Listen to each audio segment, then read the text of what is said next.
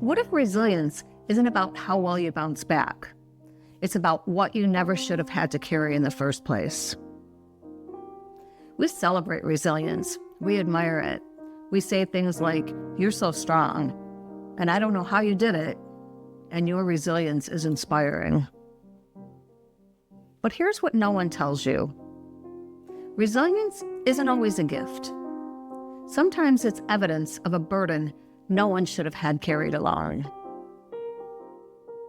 You didn't become resilient because you're special. You became resilient because you had to, because survival required it, because the alternative was unthinkable. And now, as an adult, you're expected to be grateful for this resilience, to celebrate the strength that came from shouldering weight that wasn't yours to carry, to frame your survival as inspiration. But what if we told the truth instead? I'm Judi Bommarito, and this is Healing Card number 25, Resilience.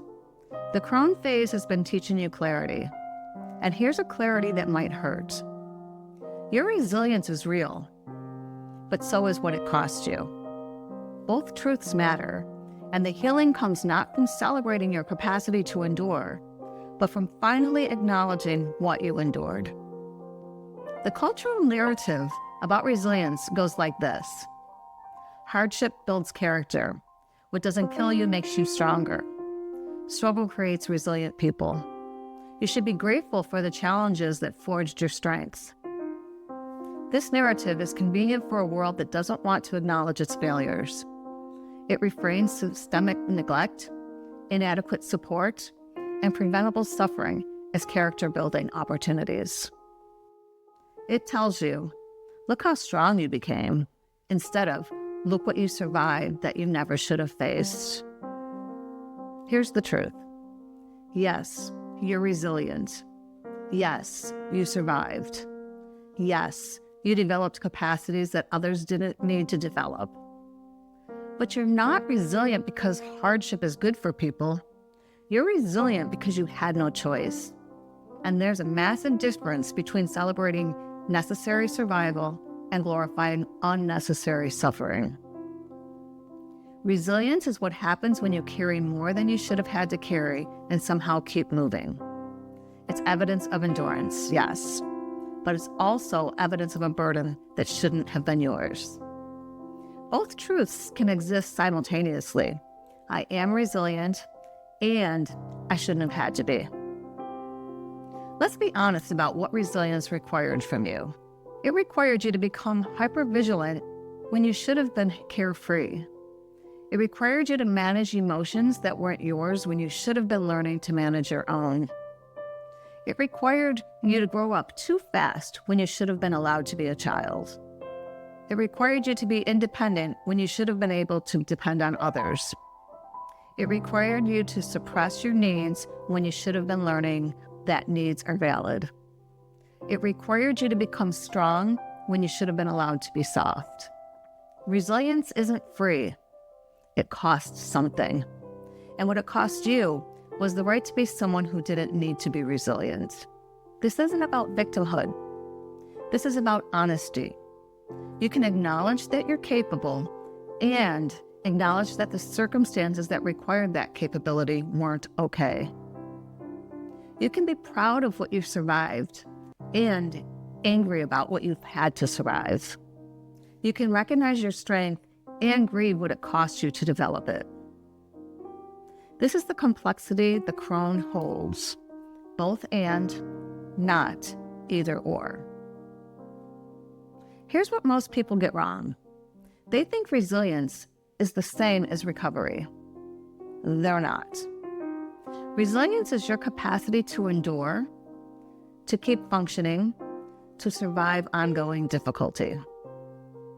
Recovery is what happens when you finally have space to stop being resilient, when you can rest, process, heal, and integrate what you carried. You can be incredibly resilient and completely unrecovered. In fact, many people are. They're still functioning, still enduring, still carrying, but they've never had the space to actually heal from what they've survived. Recovery requires something resilience doesn't: safety, space, the luxury of not having to keep moving.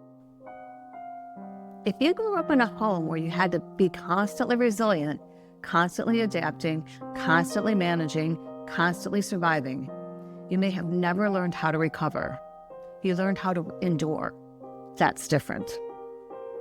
And now, as an adult, you might be still in the resilience mode when what you actually need is recovery mode. You're still braced for impact, still scanning for threat, still ready to endure the next thing. But recovery asks different questions than resilience. Resilience asks, how much can I carry? Recovery asks, what can I put down? Resilience asks, how do I keep going? Recovery asks, when can I rest? Resilience asks, what do I need to survive this? Recovery asks, what do I need to heal from this? The shift from resilience to recovery is the shift from surviving to actually living. When people call you resilient, when they admire your strength, when they say, I don't know how you do it, it can feel like praise, but it can also feel like a trap. Because when you're known for being strong, people expect you to keep being strong. When you're admired for your resilience, asking for help feels like letting everyone down. When people depend on your capacity to handle things, showing vulnerability feels like failure. The burden of being the resilient one is that you're never allowed to fall apart. You become the person others lean on, the one who handles crises, the one who doesn't need help because you're so capable, the one who's got this, even when you don't. And underneath the admiration for your resilience is often this message: keep being resilient so we don't have to help you. Keep being strong so we don't have to see your weakness. Keep enduring so we don't have to witness your breaking. This is why resilience, as it's culturally celebrated, can be toxic. It becomes an excuse for others to not show up. It becomes a reason you're not allowed to need support. Real resilience would include the ability to ask for help when you need it, to admit when you're struggling, to say, I can't carry this alone, without feeling like you failed. But performative resilience, the kind that gets celebrated, requires you to keep carrying alone, to never admit the weight, to keep functioning no matter what.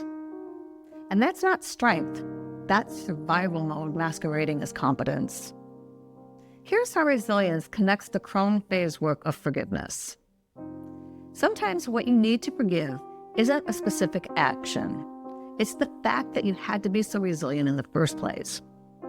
You had to be resilient because they couldn't provide what you needed. You had to adapt because they couldn't. You had to manage because they didn't. You had to endure because there was no alternative. Forgiveness, in this context, means releasing them from the expectation that they'll retroactively become someone who makes your resilience unnecessary. It means accepting that they couldn't provide stability, so you had to become stable for yourself. It also means forgiving yourself for the ways resilience shaped you that you wish it hadn't. For becoming too independent, for not knowing how to ask for help, for being hypervigilant, for having trouble resting, for being unable to trust that others will show up, for the ways you became hard when you needed to survive. You can forgive yourself for what resilience required from you, for the parts of yourself you had to suppress, for the childhood you didn't get to have because you were too busy enduring. And you can forgive them for creating circumstances that required resilience, not because it's okay, but because holding on to the expectation that they'll somehow undo it keeps you stuck. Forgiveness here isn't about them. It's about releasing the weight of what you carried so you can finally rest. The crone phase asks, what would it look like to shift from resilience to something beyond it? Not to abandon resilience. It served you. It saved you. It's part of who you are. But to recognize that you don't need to be in constant survival mode anymore. You can keep your capacity to endure and develop your capacity to rest. You can maintain your independence and learn to accept support. You can honor your strength and allow yourself to be soft. You can be proud of your resilience and create a life where you don't need to be resilient every single day. Thriving isn't about becoming someone different. It's about creating conditions where your resilience doesn't have to be constantly activated, where you can put down the weight, at least for a while. What would it look like to experience the following? Rest without guilt. Asking for help without feeling weak. Admitting that you're struggling without feeling like a failure. Letting someone else carry something for you. Not having to be strong every moment of every day. This isn't abandoning resilience. This is recognizing that constant resilience is exhausting. And you deserve more than just survival. You deserve recovery. You deserve rest. You deserve a life where resilience is a resource you have, not a requirement for daily functioning. You can honor what you survived without celebrating what you had to survive. You can acknowledge your capacity without being grateful for the circumstances that required it. You can recognize your strength without framing your suffering as a gift. This is the both and the crown holds. I am resilient and I shouldn't have to be.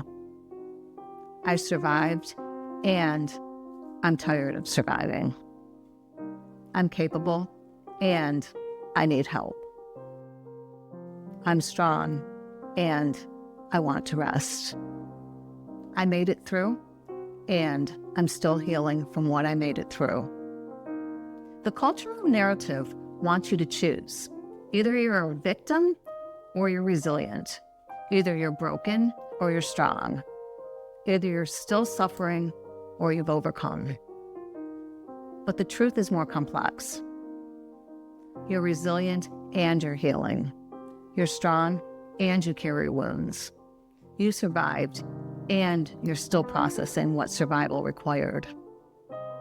All of this is true. All of it matters. And you don't have to choose which narrative you believe about yourself. You can honor your resilience while also acknowledging what it cost. You can be proud of your capacity while also being honest about what you had to carry. You can recognize your strength while also admitting you're tired. That's not weakness, that's wholeness. This week's practice, acknowledging what you've carried. This practice honors your resilience without glorifying your suffering. Part 1, the carrying. 5 minutes once this week. Find a quiet place. Get something physical to hold. A book, a bag, something with actual weight. Hold it in front of you with both arms extended. As you hold it, speak out loud the things you've carried that weren't yours to carry. I carried my parents' emotions. I carried responsibility for their well-being. I carried the burden of being strong when I was just a child. I carried hypervigilance. I carried the need to manage everything alone. Add whatever is true for you. Keep holding the weight as you name what you carried. When your arms start to shake, when it becomes uncomfortable, keep going a little longer. Feel the physical truth of what carrying feels like. Then, when you're ready, set the weight down. Place it on the floor. Feel the relief of putting it down. Notice what happens in your body. Then say out loud, I carried this, and I'm allowed to put it down now. Part 2, daily recognition, 30 seconds each day. Each evening this week, before bed, place one hand on your heart and say, I was resilient today, and I'm allowed to rest now. That's it. You're acknowledging your capacity and giving yourself permission to stop using it constantly. You're honoring resilience and practicing recovery. Resilience is real. Your capacity to endure is real. Your strength is real. And so is what it cost you. So is what you carried that you shouldn't have had to carry. So is the truth that you're tired. Last week, self-worth taught you that your value is inherent. This week, resilience teaches you that your capacity to endure doesn't mean you should have to endure constantly. You can be resilient and exhausted. You can be strong and need support. You can honor your survival and acknowledge you're still recovering from what you survived. The Crohn's clarity, your resilience is evidence of your capacity. It's also evidence of a burden. Both truths matter, and the healing comes not from celebrating that you carried it, but from finally acknowledging what carrying it cost and giving yourself permission to put it down. What have you been carrying that wasn't yours to carry? What would it feel like to finally put it down? Share in the comments one thing you've carried that you're ready to acknowledge. Subscribe to this journey. Next card, card 26, empowerment. Understanding the difference between resilience, enduring what's happening to you, and empowerment, choosing what happens next. Practice the weight inventory this week. Feel what you've carried. Then feel what it's like to put it down. You don't have to carry it forever. Resilience got you here. Recovery will carry you forward. The waning moon continues to guide release. Release the glorification of suffering. Release the requirement to constantly be strong. Release the burden of being the resilient one. You survived. You're still here. And now, finally, you're allowed to rest. Take good care.